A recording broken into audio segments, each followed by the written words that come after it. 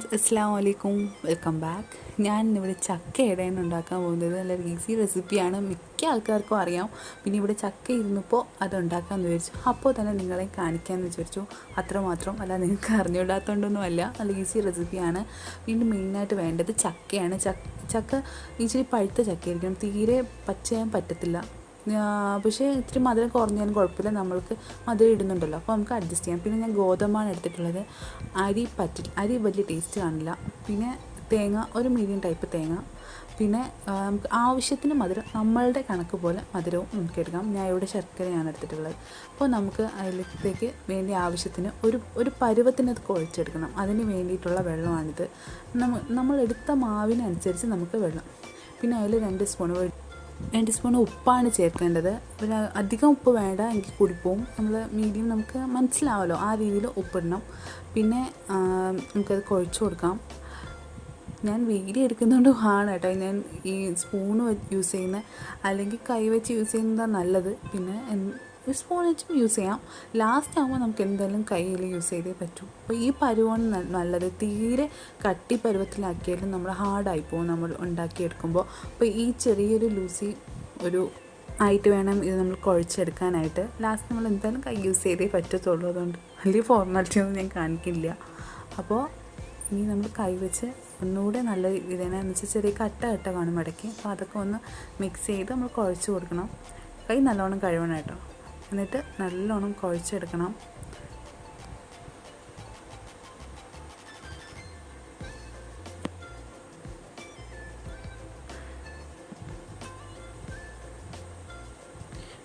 ഈ പരുവത്തിലാണ് ഇത് കുഴച്ചെടുക്കാനുള്ളത്. ഇങ്ങനെ ഇച്ചിരി ലൂസായിരിക്കണം, നമ്മൾ ഒട്ടിപ്പിടിക്കുന്ന പരുവത്തിൽ ലൂസായിരിക്കണം. അപ്പോൾ നമ്മൾ അതിനെ മാറ്റി വെച്ചിട്ട് നമുക്കിനി ഇതിൻ്റെ അകത്ത് വെക്കാനുള്ള ഫില്ലിങ് നമുക്ക് തയ്യാറാക്കാം. അതിനുവേണ്ടി നമ്മൾ ആദ്യം ചട്ടി ചൂടായിട്ട് ആദ്യം നമ്മൾ എടുത്ത് വെച്ച തേങ്ങ, അത് ഒരു തേങ്ങയുണ്ട്, ആ തേങ്ങ നമുക്ക് ഇതിലേക്ക് ഇട്ട് കൊടുക്കാം. ഒരു തേങ്ങയാണെങ്കിലും ഇത് വലിയ തേങ്ങയല്ല, ഒരു മീഡിയം ടൈപ്പ് തേങ്ങയാണ്. അപ്പോൾ നമുക്ക് അതൊന്ന് ഈ പച്ച മാറിയിട്ട് ആ വെള്ളം വറ്റിയിട്ട്, അതിലുള്ള വെള്ളം വറ്റി ഒന്ന് ചെറുതായിട്ടൊന്ന് തരിതരിപ്പായി വരുന്ന വരെ ഒന്ന് നമുക്കൊന്ന് മൂപ്പിച്ച് കൊടുക്കാം. ചെറിയൊരു മണം വരില്ലേ, അപ്പോൾ തീരെ മുക്കണ്ട, എന്നാൽ ഒട്ടും മുക്കാതെയും പാടില്ല. അങ്ങനത്തെ രീതിയിൽ ചെറുതായിട്ടൊന്ന് ചൂടാക്കിയെടുക്കാം. എന്നിട്ട് നമുക്കതിൽ വെച്ചിരുന്ന ശർക്കര ഇട്ട് കൊടുക്കാം. കളറൊക്കെ വന്ന ശർക്കരയായിട്ട്, അതാണ് കരിപ്പെട്ടി പോലെ ഇരിക്കുന്നത്. അപ്പോൾ ശർക്കര നമുക്ക് പൊടിച്ചിട്ട്, ഇത് നല്ല വൃത്തിയുള്ള ശർക്കരയാണ്. അതുകൊണ്ടാണ് നമ്മൾ ഇത് അലിയിച്ചെടുക്കാത്ത, അല്ലെങ്കിൽ നമുക്കതിനെ കുറുക്കി അരിച്ചിട്ടൊക്കെ യൂസ് ചെയ്യാം. പക്ഷേ ഇതാണ് നല്ലതൊക്കെ വാങ്ങിച്ചാൽ നമുക്ക് ഇങ്ങനെ യൂസ് ചെയ്യാം. അപ്പോൾ മറ്റേതാകുമ്പോൾ വെള്ളം നമ്മൾ വറ്റുന്നത് വരെ കാത്തിരിക്കേണ്ടി വരും. അപ്പോൾ ഇതാകുമ്പോൾ നമുക്ക് പെട്ടെന്നത് ആയി കിട്ടും. പെട്ടെന്ന് അത് അലിഞ്ഞ് കുറുകി നമുക്ക് കിട്ടിക്കോളും. ഒരു 5 മിനിറ്റിനകം ഇത് കുറുകി കിട്ടും കേട്ടോ. നമ്മൾ തീരെ കൂട്ടരുത്, എന്നാൽ കരിഞ്ഞു പോവും. തീരെ ലോയിലും വെക്കരുത്. രണ്ടിൻ്റെ ഇടയിലായിട്ട് നമ്മൾ മീഡിയം ഫ്ലെയിമിൽ വെച്ചാലേ പറ്റുള്ളൂ. തീരെ ലോ ആക്കിയാൽ ഒട്ടും ആവില്ല, തീരെ കൂട്ടിയാൽ പെട്ടെന്ന് കരിഞ്ഞു പോവും. അങ്ങനെ അപ്പോൾ നമുക്ക് ഇത് വറുത്തുകൊണ്ടിരിക്കണം കേട്ടോ, അല്ലെങ്കിൽ താഴത്തെ ഭാഗം വന്ന് പിടിക്കും. ഇതിപ്പോൾ ഈ പാനായതുകൊണ്ട് പിടിക്കില്ല, വേറെ പാനാണെങ്കിൽ പിടിക്കും. എങ്കിലും നമ്മളിത് കുഴച്ചുകൊണ്ടിരുന്നാലേ നമ്മുടെ ഇട്ട ശർക്കര അത് അലിഞ്ഞു വരുള്ളൂ. പിന്നെ നമ്മളത് ഇടയ്ക്കിടയ്ക്ക് തന്നെ ഇതുപോലെ ഇങ്ങനെ കുത്തി നമ്മളതിനെ ഇളക്കണം. എങ്കിലേ അത് നല്ലപോലെ അത് അലിഞ്ഞ് ചേരുള്ളൂ, അല്ലെങ്കിൽ അതാവത്തില്ല.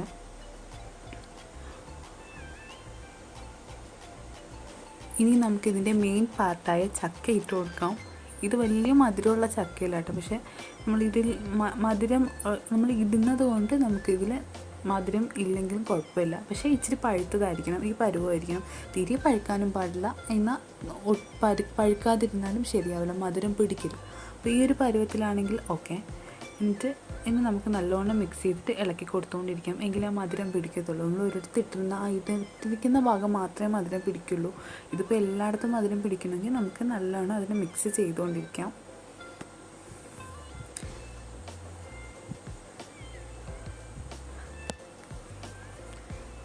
ഇങ്ങനെ കുഴഞ്ഞ് വരണം കേട്ടോ.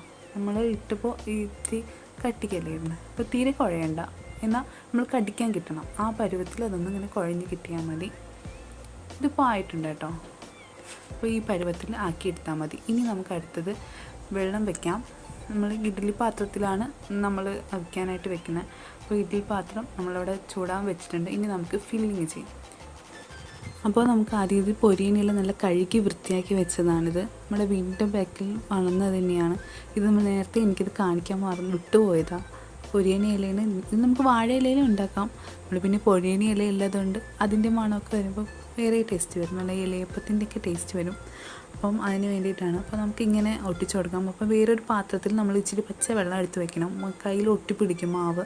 അപ്പോൾ എന്നുവെച്ചാൽ ഇതിപ്പോൾ ആ ഒരു പരുവത്തിലുള്ള മാവല്ലേ, അപ്പോൾ നമുക്ക് കുറച്ചുകൂടെ ഒട്ടും, കയ്യിലൊക്കെ നല്ല രീതിയിൽ ഒട്ടിപ്പിടിക്കും. അപ്പോൾ നമ്മൾ വേറെ പാത്രത്തിൽ വെള്ളം വെറും പച്ച വെള്ളം വെച്ചിട്ട് അതിൽ കൈ മുക്കി വേണം ആക്കി കൊടുക്കാനായിട്ട്. എന്നിട്ട് നമുക്ക് ഇങ്ങനെ നല്ല രീതിയിൽ റൗണ്ട് ചെയ്ത് പരത്തിയെടുക്കണം. കട്ടി കുറഞ്ഞ് മതി കേട്ടോ, തീരെ കട്ടിയിൽ മാവ് മാത്രമേ കാണുള്ളൂ. എന്നിട്ട് അതിൻ്റെ ഒരു സൈഡിൽ ആ മടക്ക് വരുന്ന ആ സൈഡിൽ നമുക്കിതിങ്ങനെ വെച്ച് കൊടുക്കാം, നമ്മൾ നേരത്തെ എടുത്ത മിക്സ്. എന്നിട്ടത് മടക്കി കൊടുക്കാം. ആ മടക്കിയിട്ട് നമ്മൾ ആ സൈഡ് നല്ലോണം ഒട്ടിപ്പിടിപ്പിക്കണം കേട്ടോ. അപ്പോൾ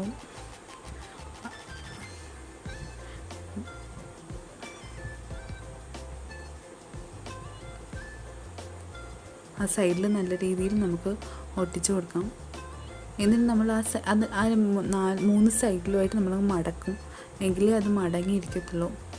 4 ഫുൾ സൈഡിലായിട്ട് റൗണ്ട് ചെയ്ത് നമ്മളതിനെ ഒട്ടിച്ചു കൊടുക്കാം. എന്നിട്ട് 3 സൈഡിലായിട്ട് നമുക്കതിനെ മടക്കാം, അല്ലെങ്കിൽ അതിൽ നിന്ന് ആ ശർക്കര ഉരുകിപ്പോവും. അതുകൊണ്ടാണ് ഒരു ഫില്ലിങ്സിന് വേണ്ടിയിട്ടാണ് നമ്മൾ ഇതിങ്ങനെ ചെയ്യുന്നത്. അപ്പോൾ ഇതുപോലെ നമുക്ക് ഇനിയുള്ള എല്ലാം നമുക്ക് അങ്ങനെ ചെയ്തെടുക്കാം, ഒട്ടിച്ച് എടുക്കാം. ബാക്കിയൊക്കെ എല്ലാം ഞാൻ കാണിക്കുന്നില്ല, ഇനി ആ ഒന്ന് മാത്രമേ കാണിച്ചുള്ളൂ. ഇതുപോലെ തന്നെ എല്ലാം നമുക്ക് എടുക്കാം, ഒട്ടിച്ച് എടുക്കാം. ആ ഇല നല്ല രീതിയിൽ കഴുകണം കേട്ടോ. എന്ന് വെച്ചാൽ നമ്മളെടുത്തപ്പോഴൊക്കെ അതിൽ പൊടിയൊക്കെ നല്ലപോലെ ഉണ്ടായിരുന്നു. അപ്പോൾ നല്ല രീതിയിൽ അതിൽ കഴുകിയാലേ അത് പോകത്തുള്ളൂ. അപ്പോൾ നമ്മളതിനെ വൃത്തിയാക്കി എടുത്തിട്ടുണ്ട്. നമ്മൾ നേരത്തെ വെച്ചിരുന്ന അതിൽ വെള്ളം തിളച്ചു കേട്ടോ, ആ ഇഡ്ഡലി പാത്രത്തിൽ തിളച്ച് ശേഷമാണ് നമ്മളത് വെക്കേണ്ടത് കേട്ടോ. തിളച്ച ശേഷം അതിൻ്റെ മേളിലായിട്ട് വേറെ എല്ലാം ഞാനിപ്പോൾ എടുത്ത സെറ്റ് മൊത്തം നമുക്കിൽ വെക്കാൻ പറ്റും. എന്നിട്ട് എല്ലാം വെച്ച് കൊടുക്കാം. അതിൻ്റെ മേളിലായിട്ട് തന്നെ എല്ലാം അടുക്കി വെച്ച് കൊടുക്കാം. എന്നിട്ട് അതിനെ അടച്ച് വെക്കാം.